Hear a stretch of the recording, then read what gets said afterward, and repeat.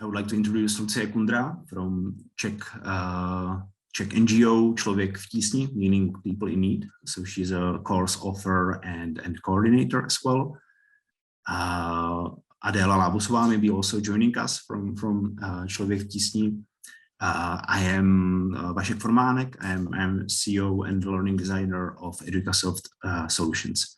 So hello, Adéla. Nice to see you.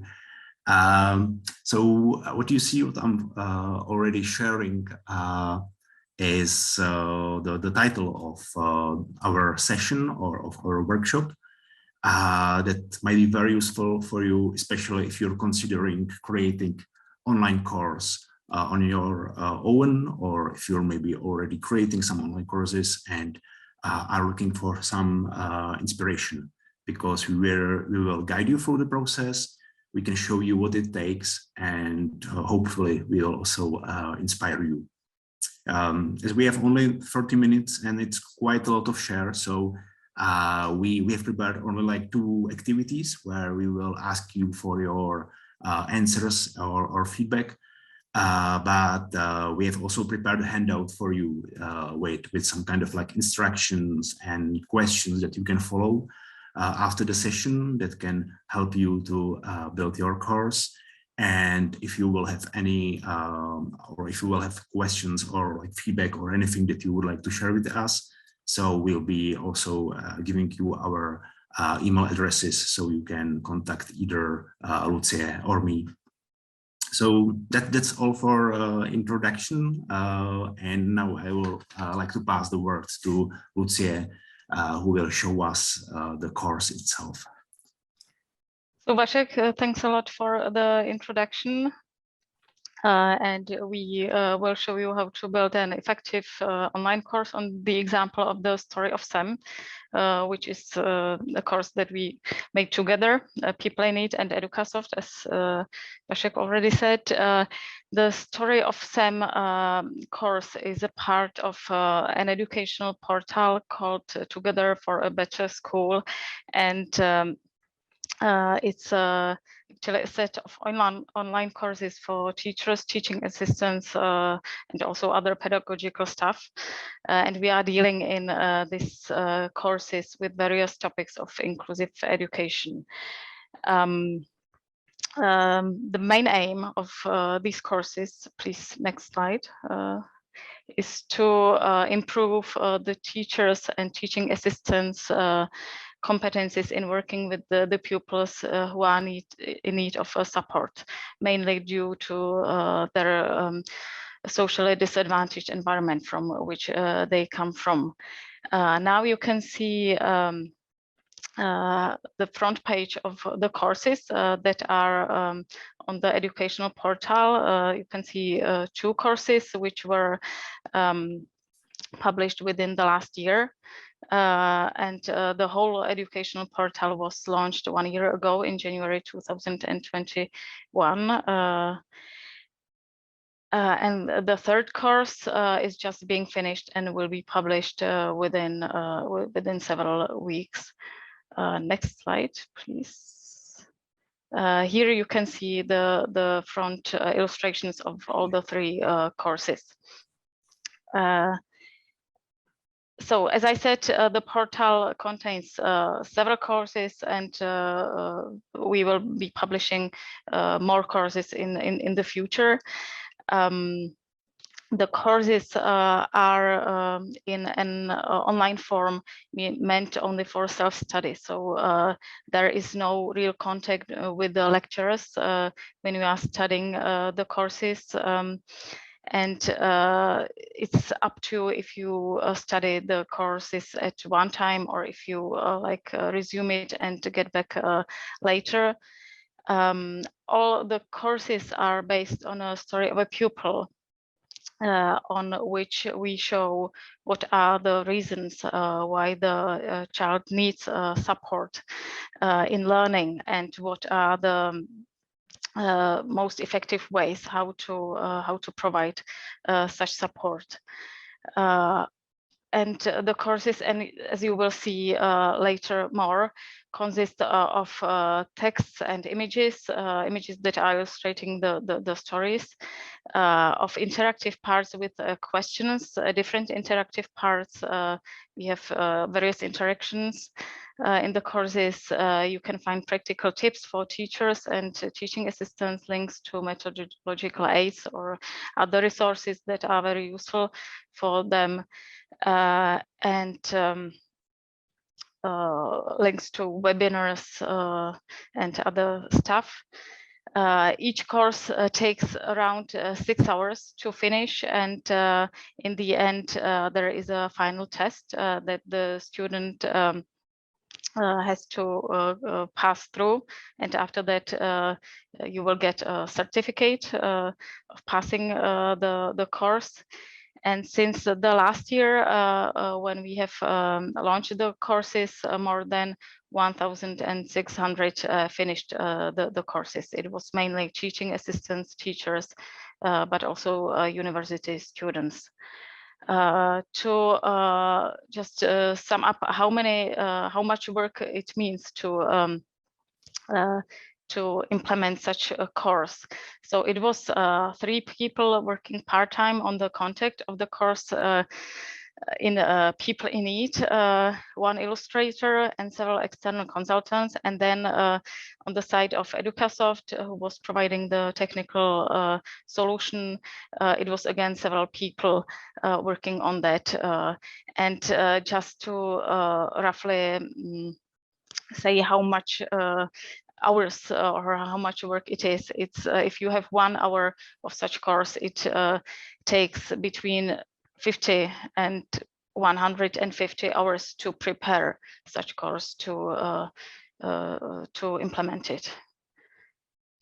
And as one of the main principles that we will show you later is the story, which was also a topic of the previous sessions of this conference.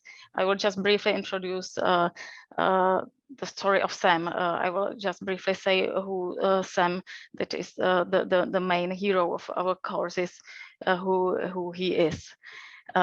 He's a boy who is in the 2nd grade of elementary school, and he is from a family from a socially disadvantaged environment. His parents are not educated, and both are from families that did not recognize education as an important value, and therefore they transfer this experience to their children. Sam's father is on invalid pension. He stays with the children at home, and Sam's mother is a cleaner. She works as a cleaner, and so Sam doesn't have enough support from his parents while learning and while doing all the homeworks and work around school. So next slide, please. And I think it's already on me. So throughout the session, we would like to introduce you 5 main principles that are used in this particular course, but you can adapt them yourself in your courses. The good thing is that you can use these principles like no matter what your budget is, or I can maybe say that like no matter what the budget is, it's or like the small budget shouldn't be like excuse not to use these principles. For each of them, we will have like a showcase from the course, and in the handout there is like a task for you that can help you to implement it. And as for these principles, you can really see it as a like comprehensive manual. It's more like a basic guideline that can help you to start. The handout, we can maybe, let's say, you can share the link in the chat as well. I will just like inform you that it's on Google Drive. you might experience problems when downloading it here. It depends on your like security settings, but you can use the button in your language. It should say something like download all, and this should be safe. So it's handout for you that you can use. Back to our presentation. I will go to the first one, and I will let Lucia to explain it on the showcase. Yeah. So here we have one example from the course. It's a situation which is an example of an everyday situation from school life. I'm not sure if you can read it well, so I will just briefly say what is the situation about. There was a conflict between Sam and Milan during the class break. The boys are fighting, and the classmates are standing around in a circle and cheering on them, and then the teacher enters the class. And the question asks about how the teacher shall solve the situation, or what shall the teacher tell the boys to solve the situation. We have three options describing three options how to communicate towards the boys. And if you click on any of the question, you will then see what the feedback is. And only one option, the last one, takes into account how the boys react in the situation of threat. So that is the reaction of the teacher that you take this into account. So maybe you can continue to the next principle. Yeah. Maybe I will just like sum up in general with this principle, which we can say like help your users cope with real life situation. In my experience, it's really the most important principle. And I will provide like 4 ways how you can utilize real life situations when designing the course. The first way is it can be, and it also should be seen as the measurement of success. So like your course is successful if it really helps people to cope with their real life situations. The second point of view is you can use it as kind of like promise to the users. So at the beginning, I can be exposed to a situation like the one you've just seen, and this can be like a situation that can be hard for me to deal with, and there is like a promise in the course that I can be trained, I can understand what would be the best solution in that situation.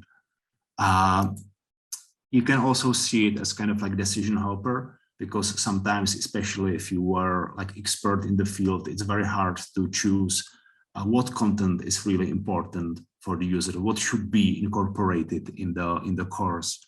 And if you will start with the real life situation, and if you will think like what someone who is in this situation should know to solve it, it will really help you to distinguish between what is important and what might be not that important. And the last thing is that yeah, you can use it as a starting point. So if you don't know where to start with your course, with like designing it, start with the real life situation, and then just let yourself be led from that moment. In the handout, there are like some tasks for you and questions that might help you to start thinking about implementing these real life situations. And I will continue with the second one. We have already heard a lot about stories in this conference in the context of e-learning and e-learning in the field of like inclusion education. It's really important not to be focused just on isolated situations like the one that we've seen before. So it's not just about, or you can solve these situations just by being focused only on the situation itself. You need to understand the whole story, the whole background of the boys in these situations. So you need like a believable story, the story that can really immerse the user because they find it authentic, they find it believable. And if you can use some visuals, like in that case, some illustration, this is something that just brings it to the next level. So here we have another example. And what already Vašek said, we need a believable real life story on which we are like illustrating the things. So this is the story of Sam. In the beginning of the course, we are describing the family background and the situation at school, and through the course we are showing new details and new situations. And here there is a question which asks you about assessing the information that you have learned from the story so far.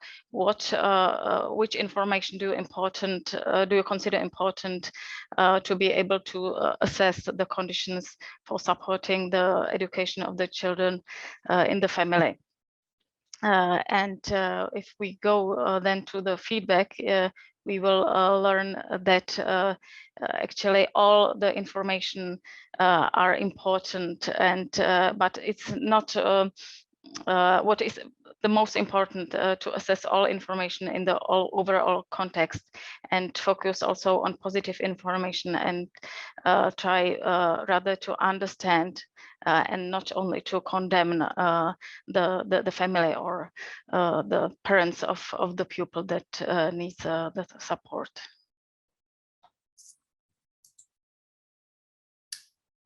So the next principle is sharing the experience of real people to make it credible. So it's really important to ask, like, who can be the authority for your users,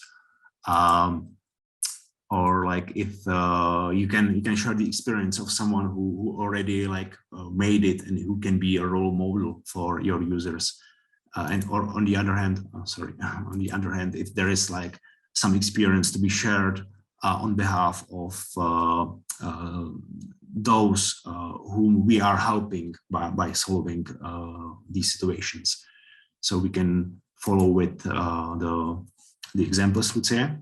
Yeah, we have two examples. The first one is a student who is actually who is speaking about his a real student who is speaking about his experience during the distance learning, and he's actually emphasizing the same things that we are also showing through the story of Sam. And the next one is an experience from a elementary school principal showing her experience how to work and communicate with the families in order to support the pupils most effectively. So the fourth principle is like advice to engage with the users, use the interaction. So can you read it with this in the bubble? Yeah. So maybe I will just give you a few seconds. If you can like think about what should be filled in this gap to make that definition complete.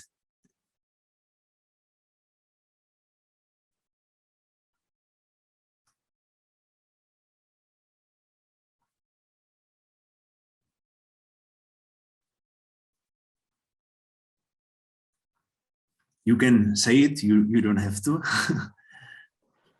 Is it active learning? It is active learning, yeah. So very good. And this is actually like very small example of active learning itself. So I mean, you somehow had to like employ your thinking, your intuition, maybe your previous experience to understand what should be filled. And I think that if I will ask Katarina in a year, there is a bigger chance that she would still remember that active learning is what is described here. So just a small example that you don't have to always say something. You can just like make some interaction that make the users to come up with that themselves. It's very similar to interaction in dialogue. So sometimes interaction in e-learning is seen just, oh, there should be some final test at the end. But in real, you can really use the interaction the same way in dialogue. You can ask someone a question before to engage them. You can ask after some knowledge part as a knowledge check. So don't make it just at the end of the course. Here we have two examples of interaction. The first one is different methods of communication with the parents and the pupils that were either implemented and proved to work well during the school closure or that didn't work well. So we can show a few of them.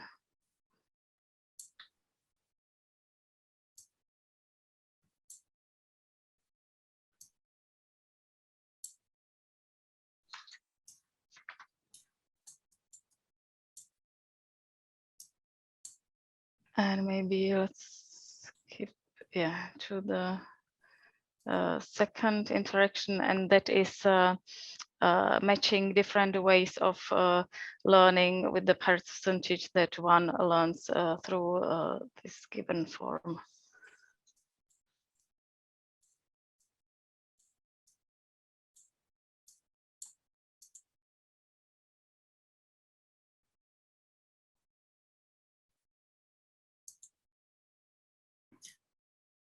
Time is running. We have the last principle that says be guides, not just information providers. So as creators of the course, you're really like guiding your users through some kind of behavioral change and maybe a change of attitude. So it's important not to just deliver the information, but what you will probably have to do is also you will have to like bust some myths, challenge attitude. If the attitude is like a barrier to solve the real life situations, you can assure, you can encourage. It's probably best to show it on example again. So this example is seeking a link between the level of education of parents and other consequences. And as Vašek already said before, we are working with prejudices in this question, because some of these statements are based on prejudices and are often used as arguments that limit searching and effective support for the pupil. And if you click on the plus, then you will see the feedback and for which statement we are presenting concrete arguments that after explaining the situation in the whole context can be hardly questioned. And so we are trying to change the attitude of the student of the course by this way. So that's all for the principles. I will also quickly show you other parts of the solution. So this is how the portal looks from the perspective of user. I will just log myself out. Sorry, it's just in Czech, but I think you will understand what I'm doing. So if I want to register, I can register here directly. I'm automatically the account is created. Then I will I can like log myself in, and I'm in the environment where I can access the courses. It's done the way that it's customizable, so other courses can be added. I can fill feedback on the course and change my things in my account if it's needed. What I also want to show is how it looks from the perspective of administrators. So behind all that, there is like a system where you as administrator can see all the users. You can do reports if it's, for example, needed for your donor, and but mostly you don't need it because most of the processes are automated. So that's also what is needed. And just like last thing, if you would need like any advice or help, so feel free to contact either Lucie or me. Lucie's email will be in the handout. My contact is there as well, or you can see it here. And that's it. We have last 20 seconds, so I think it's just time to say thank you for the participation and good luck with your courses.